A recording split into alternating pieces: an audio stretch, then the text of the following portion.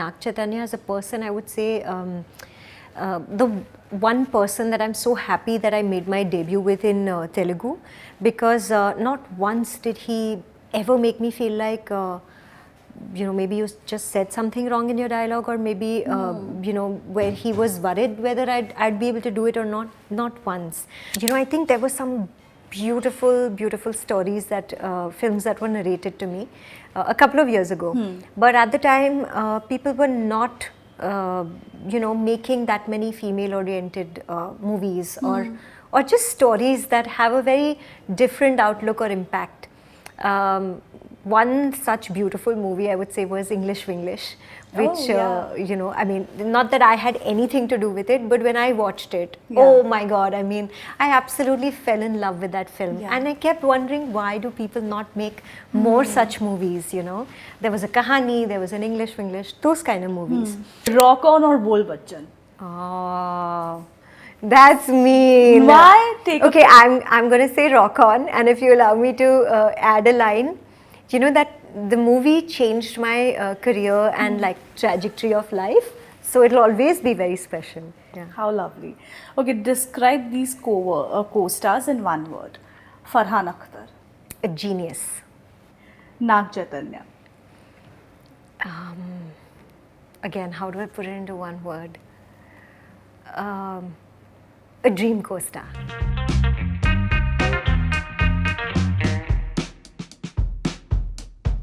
Hi Pracchi, welcome Hi. to News 18. Thank you. How are you? So good, how are you? All good, all good. But let me tell you, we're so finally have you here, because we have been chasing you for such a long time, and we know that you like to sort of not be on the radar all the time. No, but thank you for doing this. Such a pleasure. I'm so glad to be doing this. Lovely. We recently saw you in Dhootha, which was your Telugu debut.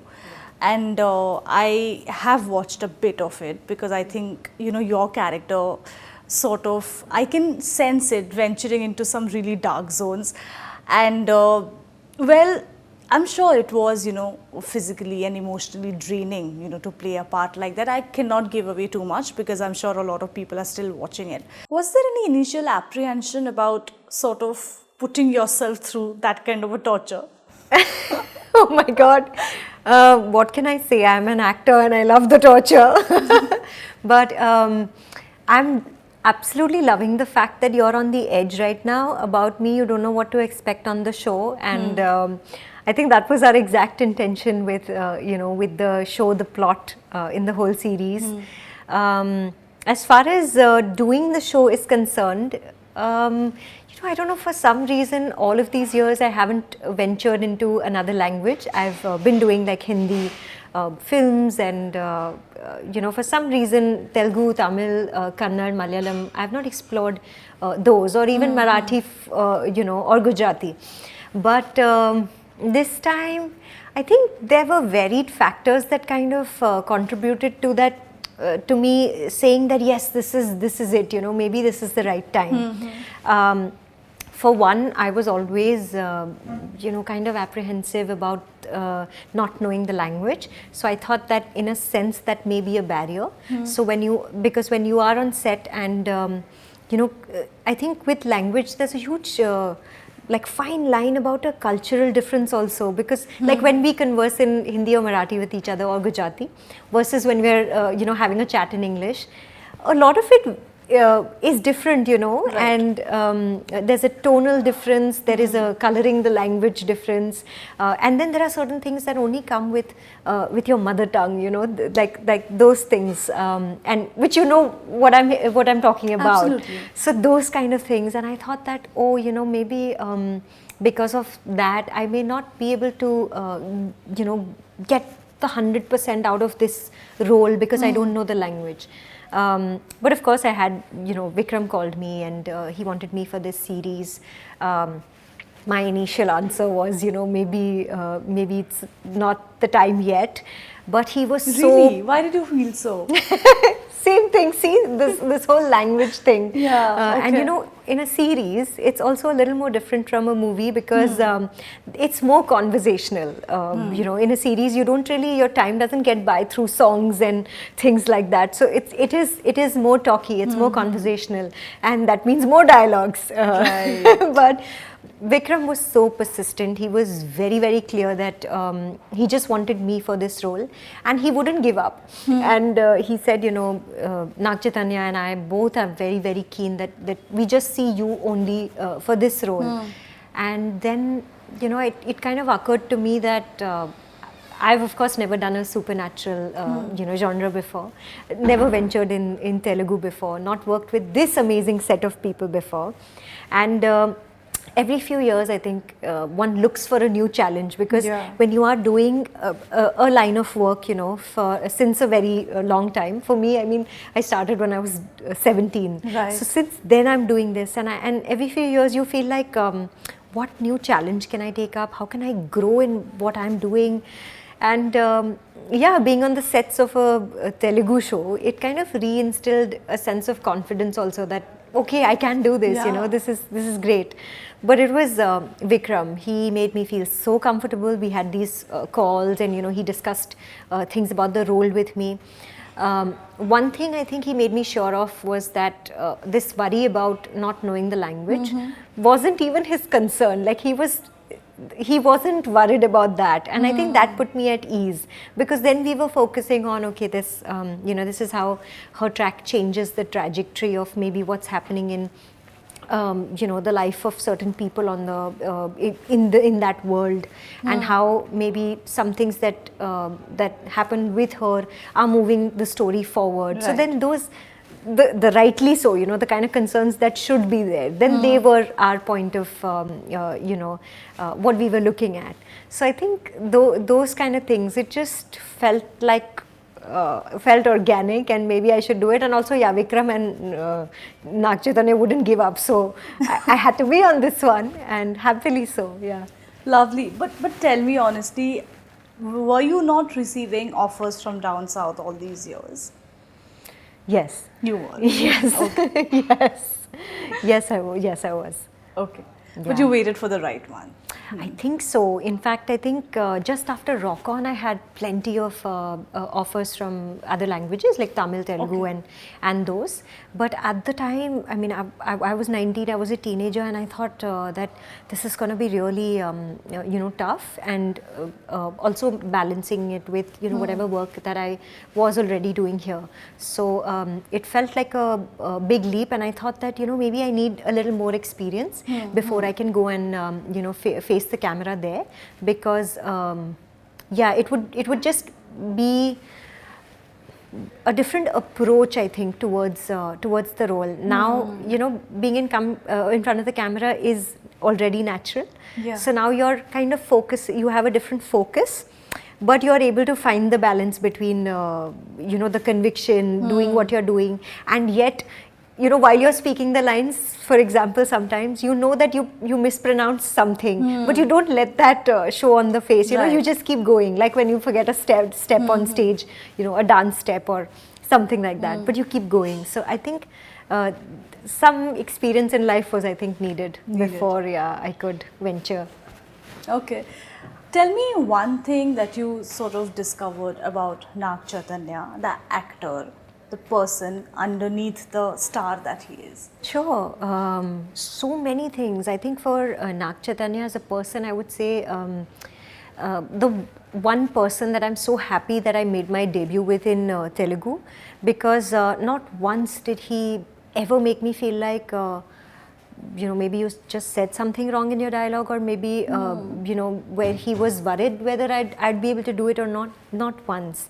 In fact, he was very collaborative, and he also told me about his first experience in Hindi, because I mean, again, Hindi is not his first language.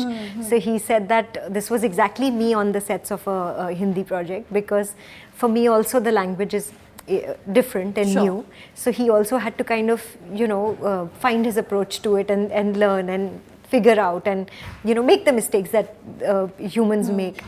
And I think on a human level, just the pure humble nature that he has, it's so comforting for anyone maybe coming from a different city or language, as you say, you know, those kind of things. On set, he was just a team, like a team member with everyone.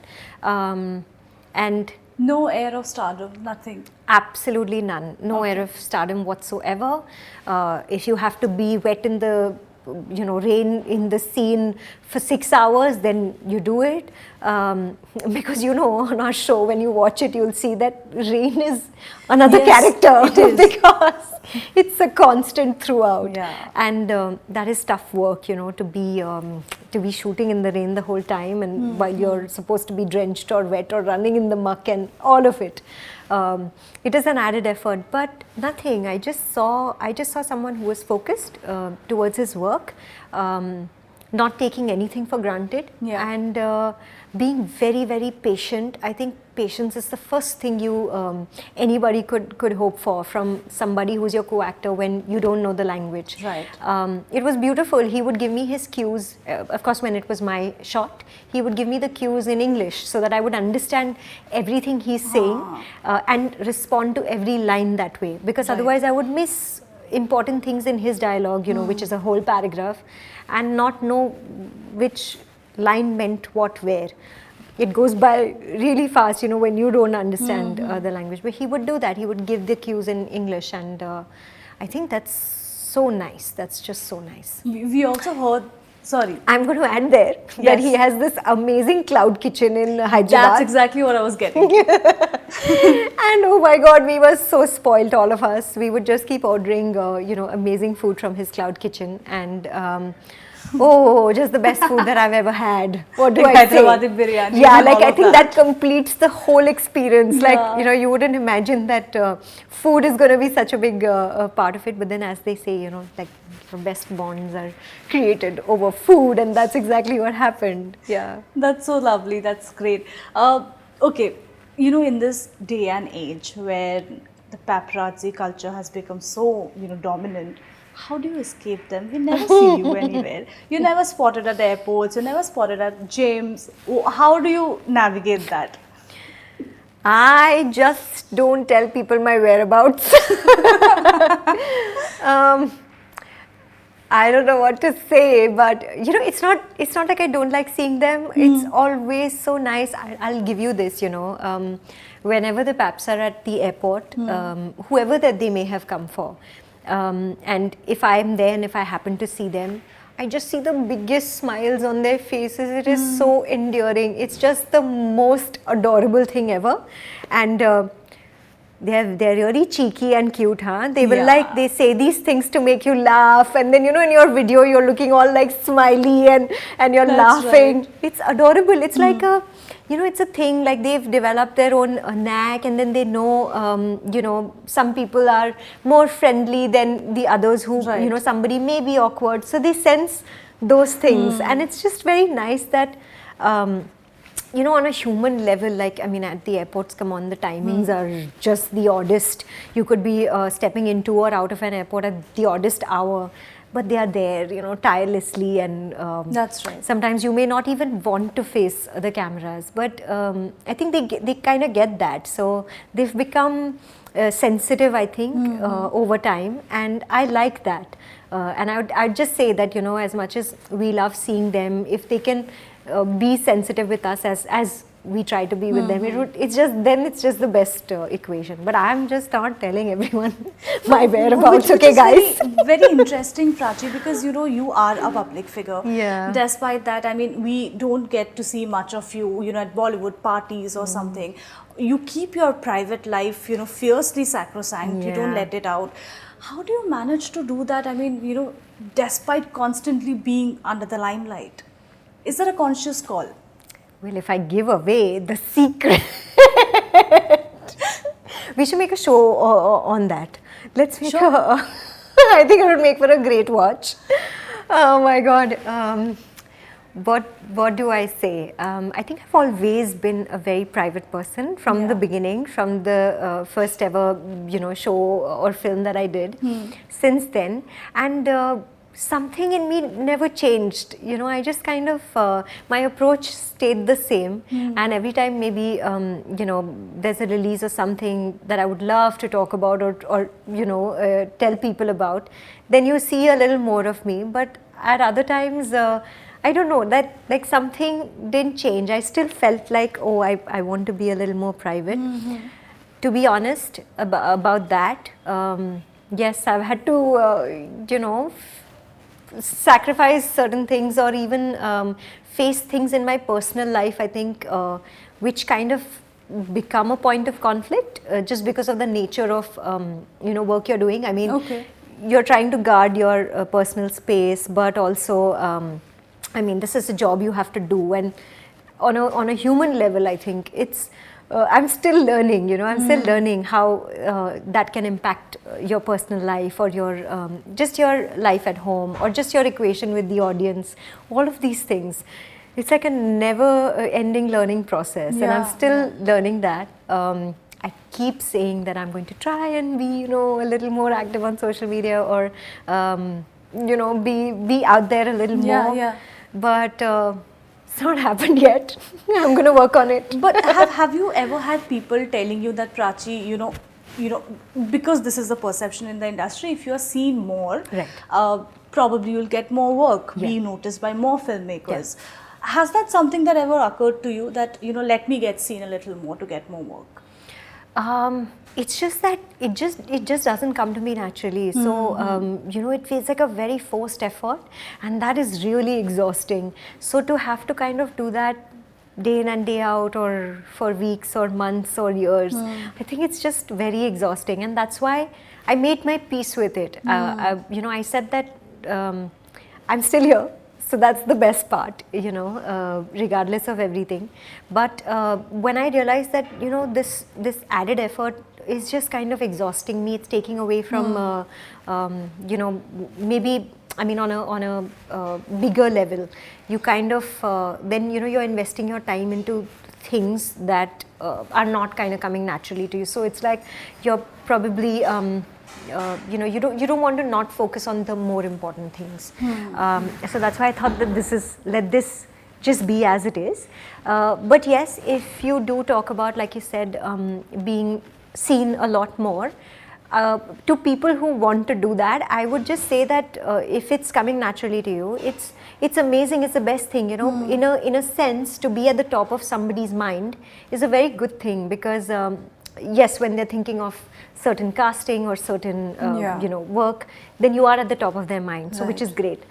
But I would just say that I've been really fortunate to have certain amazing opportunities, like be it Rock On, be it Once Upon a Time, be it Bol Bachcha, Nazar, or now these. I feel like I'm able to do these things which people still remember, and because of that, I think I'm here and I will be here. Of course, of course. But okay, let's take the last 5 years. Are you happy with the kind of work in general coming your way?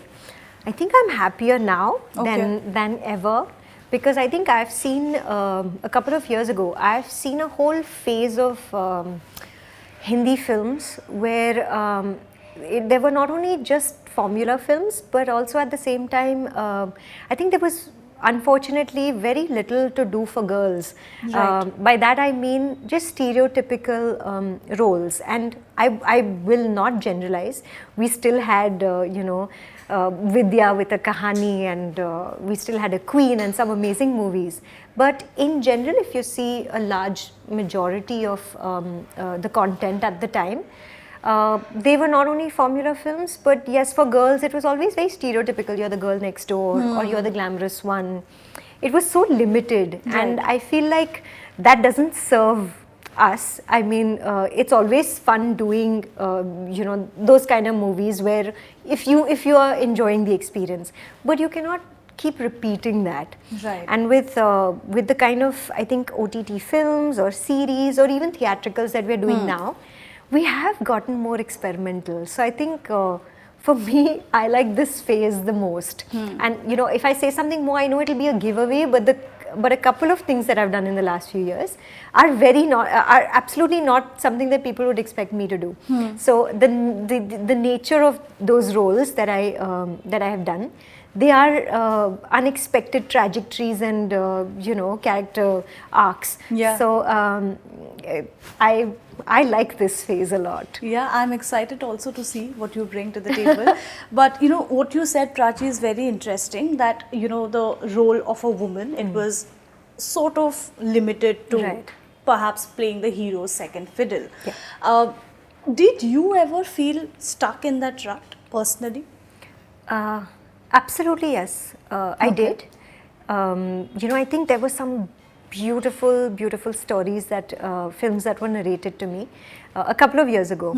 But at the time, people were not, you know, making that many female-oriented movies or just stories that have a very different outlook or impact. One such beautiful movie, I would say, was English Winglish, which, you know, I mean, not that I had anything to do with it, but when I watched it, oh my God, I mean, I absolutely fell in love with that film. And I kept wondering, why do people not make more such movies, you know? There was a Kahani, there was an English Winglish, those kind of movies. A lot of the stories that I was narrated, for some reason, they never got made.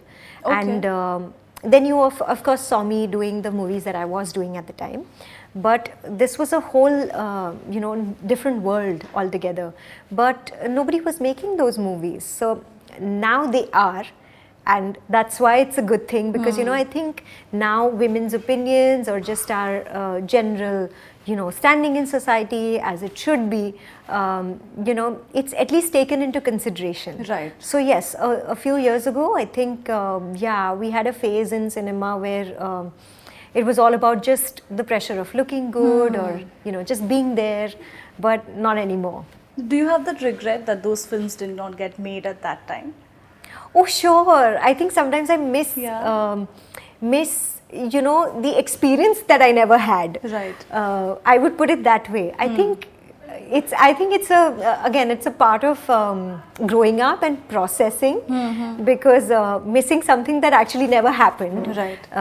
It's a beautiful thing, and I just feel really grateful that now it's all happening. And maybe in terms of you know, having a certain experience, or a certain body of work, maybe that may actually help me more now, you know, in terms of delivering, or my outlook towards those roles. And maybe at the time I was just too young for it, who knows. True. So yeah, Absolutely. Lastly, Pracchi, you know, without getting too much into it, I think a couple of years back you had spoken about, you know, facing casting couch. Now, what I want to ask you is, at that point, did you feel the need to actually voice it out so as to perhaps create that awareness? Where did that really come from? you know, let me just say that I started working when I was extremely young. Right. But I'm so, you know, I mean, I owe everything that I am today, in a sense, to maybe my mother, my family, the kind of people I saw at home when I was growing up. Because to be somebody and own your space, no matter where you are, I think it requires some sort of support, even at home, you know, for you to form and become the kind of person that you are. So yes, I always, of course, had my own principles, and we all have a certain belief system and all of it. So after becoming an actor, I guess certain experiences, maybe a lot of people go through, some people don't, but it is a part of it. And I think I'm just really glad that I always had a very clear approach, like I said, you know, to things, and I knew how I wanted to you know, lead my life. So that's how I led my life. As far as voicing something goes, I think that it's very important for personal processing. First you process it on your own. You of course you know, talk to people around you, And I'm not talking about anything big or small. It could literally be anything. It Right. could just be somebody having spoken to you not in the nicest manner on a set, you know, Right. where there are 100 people involved. Like, it could be simple things. It could be anything. But yeah, it's about how you look at life, lead it, and you know, that's how you process things. Right. As far as making something public, I don't think we are here in a public court where, you know, you want people to give you their opinions Right. and decide for you whether it was okay, not okay, right, wrong, or people to pass judgments, because these things, you know, they happen to so many people in very different ways. Right, right. Yes, some could be direct, some could be absolutely indirect. So these are not things that people want to, like, you know, put forth and discuss in public, because as you may see, you know, you can't really sit and prove yourself at the time. So why put people in those positions? For me, of course, I had said about something, but no, I'm just glad that, you know, we are all able to stand up for ourselves. Absolutely. Yeah, that's the most important thing. Absolutely. Before we let you go, we'll do a very quick segment with you. Oh, And it's fun. this is a scary one. It is not scary. It's fun. And you'll have to be quick Okay. and honest, okay? Okay. All right, let's start. The weirdest reason you have been rejected for? Looking good. Looking good. They said you're too good to play this part. Okay. A contemporary who you really admire? Amrita Subhash and Alia Bhatt. Lovely. Okay. The funniest rumor you have heard about yourself? The funniest rumor I heard about myself, you know, I just remembered it. It's not funny. What was it? No? Let's not say it. Okay, alright. Okay, rock on or bol bachchan? Oh, that's mean. Why? Take a Okay, I'm gonna say rock on, and if you allow me to add a line, you know that the movie changed my career and like trajectory of life, so it'll always be very special. Yeah. How lovely. Okay, describe these co-stars in one word. Farhan Akhtar, A genius. Sanjay Dutt, How do I put it into one word? Swag. Manoj Bajpayee, Oh my God. Legend. Naga Chaitanya, Again, how do I put it into one word? A dream co-star. Okay, the last film you watched? Why am I blanking out again? What did I watch? What did I watch? Do you guys want to help her? Barbie. The last Oh. one I watched, Barbie. Okay, okay. Your BFF in show business?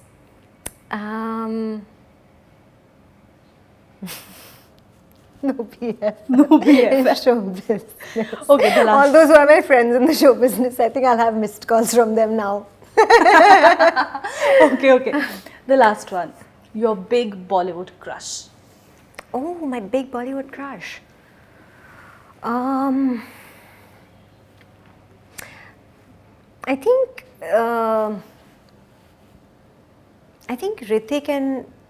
Hrithik has always been a crush, like forever. Still Hrithik. Still Hrithik. Well, great.